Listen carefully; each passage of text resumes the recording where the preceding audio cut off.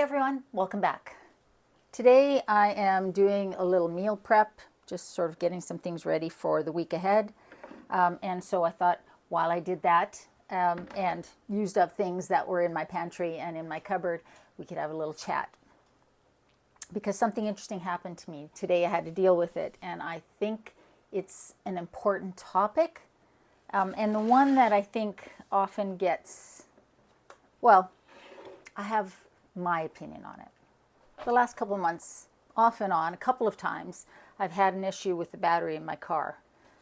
Primarily it dying on me. Once when I was waiting for the ferry to get to Salt Spring Island, a couple of times just sort of here around the island. And what seems to be happening is that, well, I bought the RAV last summer, and it's a 2018. I do have a battery booster, a portable battery booster, which is fantastic. When I was at the ferry, I was so panicked because the line of cars had started moving and all of a sudden my car wouldn't start. What had happened was I had the lights on when I got there and I didn't have it on auto. The RAV has an auto feature for lights where it will turn the headlights on. They're on the daytime running lights, but it'll turn the headlights on when it senses that it's dark enough. It will actually also turn the high beams on when it senses there's no other cars around, and then if a car comes around the corner, it turns the high beams off. It's really good, but I hadn't really paid attention to it. And so I had it on manual. And when I got to the ferry terminal and I was in line, I turned the car off. I didn't realize I had the lights still on. I was still inside the car, and I had my cell phone plugged in and such. That did it for the battery. And that happened a couple of other times, which was really frustrating. So, short story made very long, I went and got a new battery today. And so today I want to talk about an emergency fund, why it's important, why you should have one, and why I like sort of my thoughts on it. But before we do that, today I'm going to I got a little sheet pan here with a silicone liner, and my oven turned on to 375, and today I'm going to use up some of the things that are in my fridge. I have a couple, four small carrots that need using up. I have a couple of peppers. This is one of them in the fridge, red peppers. I've got one lone potato that's starting to sprout eyes, so we need to use that up. I have an onion, might use about half of that. And then I have these Eve's spicy Italian veggie sausages. So I'm going to use two of those in here. And what I'm going to do is just basically cut these all up into cubes, chunks, toss them everything in some oil and spices and roast them. And then for the next couple of days, I can make myself bowls. I can make myself, I can put this on pasta. I can even wrap it in a tortilla if I want to with some sauce. But it's all about the sauces. That's all I got to say about that. So let's do this. Get the rest of this into the freezer.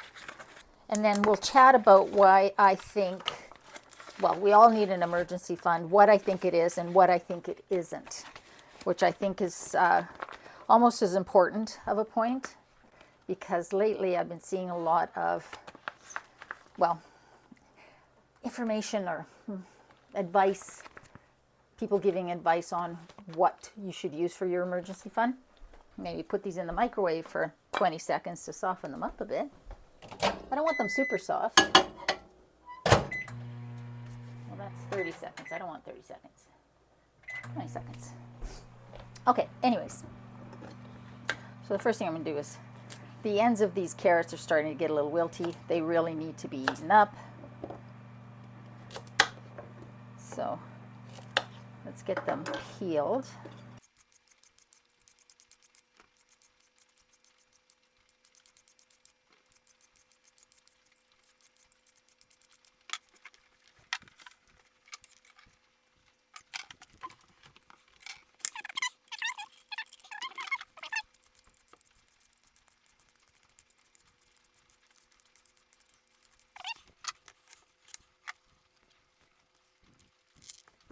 All right, so let's talk about that. So here's the thing. An emergency fund is, by definition, something you have to buffer you in case of an emergency. What would be an emergency? Well, it would be a last minute flight you need to take because a family member is sick, having to pay for, I'm in Canada, so we have universal health care, but what if you needed to pay for a doctor's appointment if you're in a country that doesn't have that? Emergency car repair or a battery, that sort of thing. Well, that's exactly what an emergency fund is there for. It's there in case you need it. It's that buffer. It's not something that you might budget in regular vehicle maintenance, right? Like I do, regular annual seasonal servicing, oil changes, that sort of thing. I have in a separate savings account a chunk of money, a certain amount that is enough to cover me if something big happens. And I need to do one of those things. Something happens. And so when this happened, and I called Canadian Tire, and they told me that the new battery, because I wanted a really good one with a nice long warranty, and I wanted them to install it because I have that DC to DC charger on my battery in the RAV, and I didn't want to try and mess with it. So I called them, and I called around, and I ended up going there. And by the time we were all said and done, it was about $250, which is not an insignificant amount, right? So for the onions, I'm just going to slice them up into slices. Not as I'm going to make the other vegetables chunks a little bit bigger. But I don't like raw onions, so I want these to cook a bit. Then I'm just going to separate them.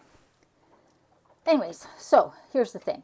Having an emergency fund is there for those things. I would always recommend having a separate, what they call a sinking fund, a separate fund for regular maintenance. You put a little bit aside each month, each pay period for regular maintenance, right? You're going to need to do some stuff around on the house if you own a house. You're going to need to do some regular maintenance on vehicles. If you have annual expenses, say you pay your car insurance and house insurance annually versus monthly, that sort of thing.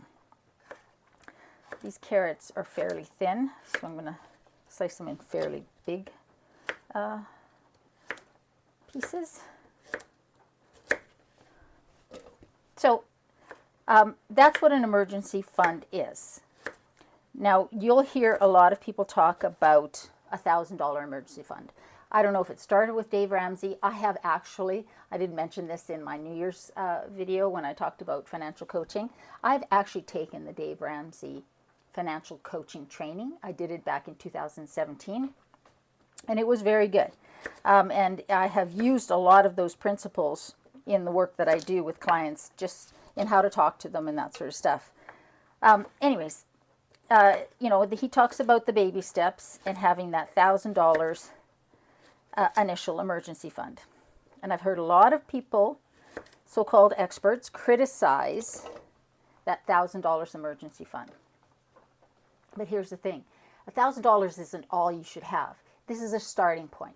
For people on very low wages or working part-time, maybe it's $500, but you have a little buffer set aside that you don't touch. It's not invested. It's just sitting in a bank account, a savings account, earning nothing, but it's there in case you need it. This is not money that you are going to tie up by investing it, because then by definition it's not available, it's not liquid, and you can't access it when you have an emergency. So an emergency fund is not an investment account, and that's an important distinction. An emergency fund is also not a line of credit or a credit card. I hear this a lot. Just use your line of credit or your credit card if something comes up. That's not what an emergency fund is. That's just not planning and then having to put it on a credit card, which happens sometimes, right? But that's not an emergency fund. An emergency fund is an anticipation of something happening, because something's going to happen. That's how life is. And so this is something that you put aside over and above your other expenses and your savings for like investing and such, if that's what you're doing, if you're at this stage of your life that you're doing that. It's there just for emergencies. And it is not a line of credit. A line of credit is like, I think that's a very dangerous road to go down. because you haven't put anything aside. You're putting it on a line of credit at a time when, you might not be working. You might need to take time off, that sort of thing. And now you've got this debt that you've put it on a line of credit. Now you've got a payment that you have to make, and there's interest being charged. So that's why I don't think that an emergency fund it should be your line of credit or a credit card. Absolutely not. So that's what an emergency fund is. That's what an emergency fund isn't. Is $1,000 enough? We're just going to go for $1,000. Obviously, if you're very low income, you're just starting out, you're working part-time, maybe 500 is all you can manage. But that's starter emergency fund. That's just the beginning. That's not the end. Yes, $1,000 isn't enough. If I had to do a big repair on my vehicle, it would easily have been $1,500, $1,700, $2,000. And $1,000 wouldn't have been enough. But it's the starting point. It's the thing that gives you some peace of mind, some room to breathe, some way to sleep at night, because you have a little bit between you and something coming up, an emergency coming up. And so when people criticize that $1,000 emergency fund, they're kind of missing the point. The point is that you're starting. That's what you do fast, right? You do what you can to get $500 in a separate bank account, not your checkings account, not the account that you use on a regular basis for your household bills, but something set aside. And you try and get that in there as fast as possible. And then from that point forward, you just add to it. Because ultimately, you want 3 to 6 months of expenses. Necessities. This would be your rent if you're paying rent, your mortgage payment if that's what you've got, the minimums on any debts, any lines of credit, credit cards, student loans, car loans, that sort of thing. Not extra that you're putting on, just the minimums. The minimum, like this is going to include your cell phones, things like that, but it wouldn't include things like streaming services, because if you lost your job or you were ill and couldn't work, you need to cut those discretionary expenses out. This is like groceries, like what do you need for groceries for your household, your car insurance, your house insurance, because we're never going to stop paying those. And so that's what I mean by 3 to 6 months. A lot of people think that means 3 to 6 months of everything. My budget right now. No, my budget right now would be streamlined down to just the necessities. If I were to lose my job or get sick and couldn't work, right? I wouldn't be making extra payments on anything. I wouldn't be putting money in my investment accounts. I wouldn't be Amazon Prime if you have it, or Hulu or Disney Plus, whatever those streaming services. I wouldn't be out going for coffee and dinner. I wouldn't be buying clothes. That's what I mean.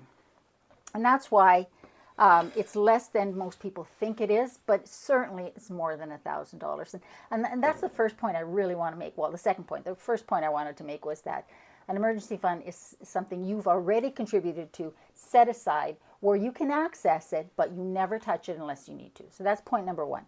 Point number two, an emergency fund is not a line of credit or a credit card, because those are just, you're just adding more burden. You haven't planned ahead. That's a reactionary response. What we're doing here with an emergency fund is a proactive approach to an eventuality that's going to happen to all of us. All right, let's get our batatas in there.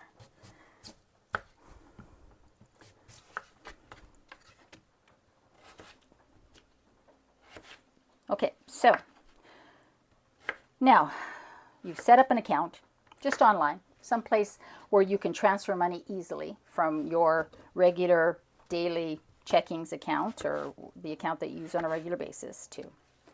And you've started to put money in there, right? Taking your cans in, you've just done a little less in your budget, spend a little less on discretionary stuff so you can get it in there. Now you pretend it doesn't exist as far as can you get your fingers into it. I think that's really important. I think people often see the money in there and they go, oh, this is money that's available to me to spend for life. No, it's not. It's there to spend for life when life happens, but it's not there to spend on everyday life. That's really important. I would have it connected to your bank card, because if you are in an emergency and you're not home, you're not near your bank, it's after hours, whatever, you want to be able to access that cash. But I would be very disciplined in not touching it. That's really important. Okay, I put these in the microwave for 20 seconds. So they're a little bit less frozen. They're still frozen. And I'm just going to make little medallions from them so that we can put them in there to roast. Where was I? Oh yeah, so now you've got it in there. Now the next really important step, really important, is you need to automate contributing to it. Every pay period, I put $250 into my emergency fund. Because I can, right? I'm lucky enough to have income that I can afford to do that and still be able to live my life. When I first started out, it was $50. It could be $25. It doesn't matter what it is yet, right? Like down the road, the more you can, the more you want to contribute. But you need to make that a regular expense. That's where the zero-based budget comes in, right? You need to put in line items for saving your emergency fund, for contributing to investment accounts, for contributing to those sinking funds, those funds for annual expenses that come up. Because now you've got that money there. You haven't missed it because you haven't had to physically go to the bank and move, take it out and put it somewhere. You just have an automatic transfer from. That's why it makes sense to have that savings account at the same bank that you use for your that you have connected to your bank card, and you can add in automatic transactions, and that's what you're going to do. You're going to have an automatic transaction that happens every pay period. I get paid bi-weekly, so bi-weekly that amount automatically gets transferred from one account to the other account. It's still my money. I haven't lost anything. It's still my money. But now it's no longer in my daily account that I use to pay my bills, pull my cash out for my expenses for the week or two. And that's really important. And my advice would be to don't start too low, but don't start too high either, right? Like don't start putting $500 in there if you can't afford it. And then having to feel like you failed by pulling some out for just your daily expenses. Do what makes sense, but make it a bit of a stretch, right? Because what we're trying to do is build it up. And now that emergency savings is going to rapidly, because every pay period you're contributing to it, it's going to increase. And you're going to see it there, sitting there. And it will give you peace of mind. And so when something like this happens, your car battery dies, you can make the appointment and pay for it in cash.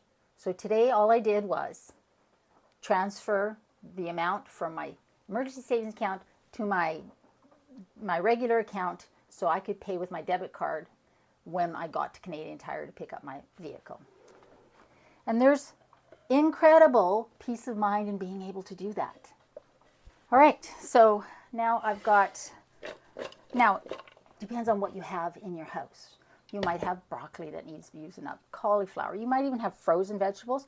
When you're roasting frozen vegetables, you want to roast them separately and spread them out, because if you put them in something like this, they'll just steam and they won't have a really good texture. So if you want to get roasted frozen vegetables nice and crispy, I would put them on into a nice hot oven on their own roasting pan, separate it out at about like 375, 400 even, and just spray them with a little oil. Give them a toss. That's how to use frozen vegetables when you're trying to do like a roast, sheet pan roast. But in the meantime, yeah, you could, like say, use zucchini, broccoli. I probably wouldn't use mushrooms because they'll release a bit of moisture. But yeah, so this is what we're doing. If you don't use oil, you can roast these without. They're not going to get very crispy. They'll eventually cook, but they're going to take a lot longer. So that's all I'm saying about that. So I'm going to use some olive oil. You can use whatever oil you have. And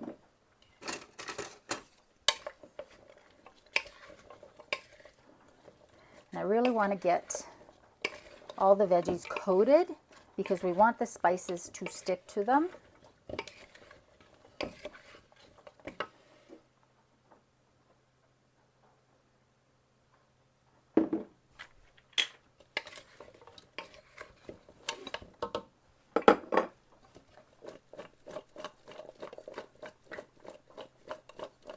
All right, and so now let's put some seasonings on. I'm going to put some of this Cajun seasoning and some paprika and a little bit of garlic powder. That's what I'm going to use. But you use whatever you like, whatever, suits your fancy.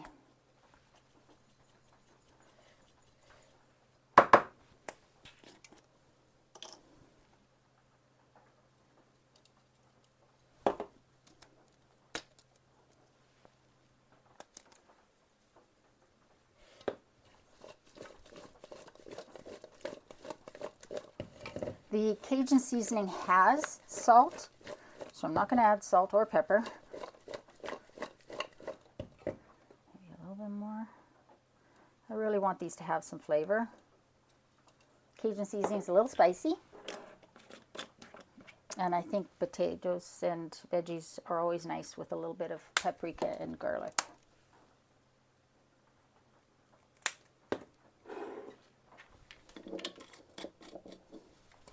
Anyways, that is my thought on emergency fund. I think it should, I do agree with Dave Ramsey on a lot of things. I think it should come, that getting that base emergency fund should definitely come before investing. If you don't have an emergency fund, but you're contributing to an investment account, you should not be doing that. I differ from him on that. If your company is matching your contribution, I'd say do just the amount that the company will match. Unless you can't afford to do both. If you can afford to do that and be fairly aggressive about getting your emergency fund set up, then do that. If not, then I would do less or stop that altogether and get your emergency fund in place. Because you can always start those contributions up again after.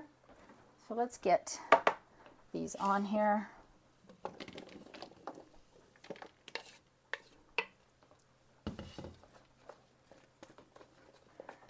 So I've got my oven set to 375.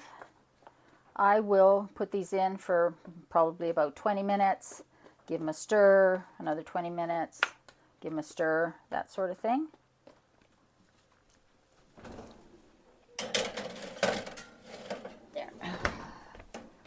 There.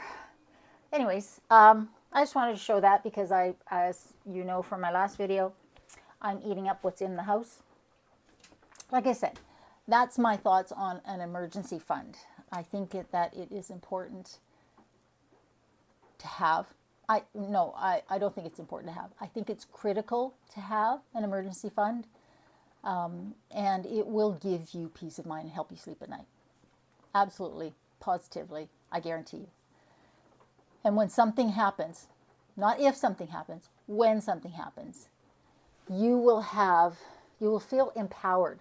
And that's what we're aiming for here. That's always what I'm aiming for when I'm talking to you guys about anything like this. I want you to feel empowered. I want you to take control. I want you to do what you can. Again, if it's only putting 25 bucks aside per pay, before you know it, you'll have $500 in there. And yes, you will use it up. And it will be depleted or somewhat depleted or fully depleted. And then but you just keep contributing. You set it up automatically, going in there every month, every pay period. And if you end up having a ridiculous amount in there, fine. Figure out what those 3 months of necessities expenses are and take the rest, and then now you can invest that.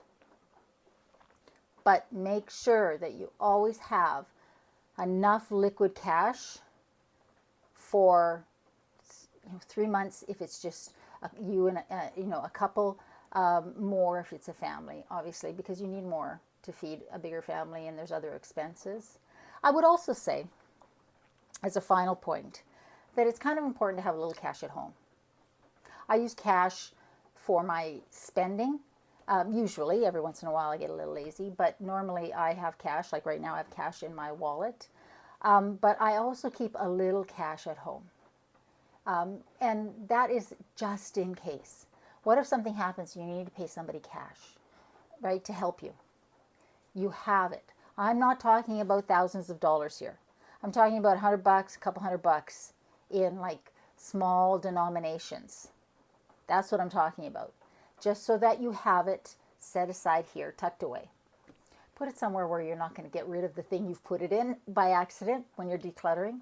Put it somewhere safe, but put it somewhere where you'll remember where it is and have a little bit of cash on hand. And so there you go. Those are my thoughts on an emergency fund. This is what I'm making for dinners and lunches for the next couple of weeks. I'm going to use this sort of sheet pan roasted veggies. And I might put it on, a rice, or maybe I'll make some pasta and I'll add it to the pasta, pasta with some pasta sauce. Just having it just eating it like it is kind of nice. And like I say, you can also put it into a wrap with a little bit of sauce, some sriracha, some Szechuan sauce, sweet and sour, whatever you want, right? Whatever spices you put on there, just think about what sauces would work with that. And you've got it. You can also put these, if they're cold, on a salad, right? Works there too. So I hope that was helpful. For those of you who have been overwhelmed and intimidated by even the thought of what an emergency fund is, you've heard conflicting opinions. These are my opinions. And I think it's important to make sure you've taken care of yourself, you've been proactive, so that when something happens, you're not being reactive and then having to deal with the fallout, the results, the ramifications of that reaction for months, potentially even longer down the road. If you haven't subscribed yet, please subscribe. If you think you're subscribed, please check to make sure you're subscribed, because I'm noticing that there's been a lot of unsubscribing that's being done.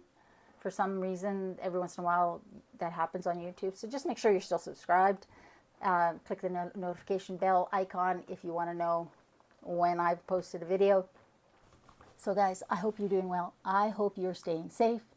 Remember, in a world where you can be anything, be kind, including to yourself. I love you, and I'll see you next time.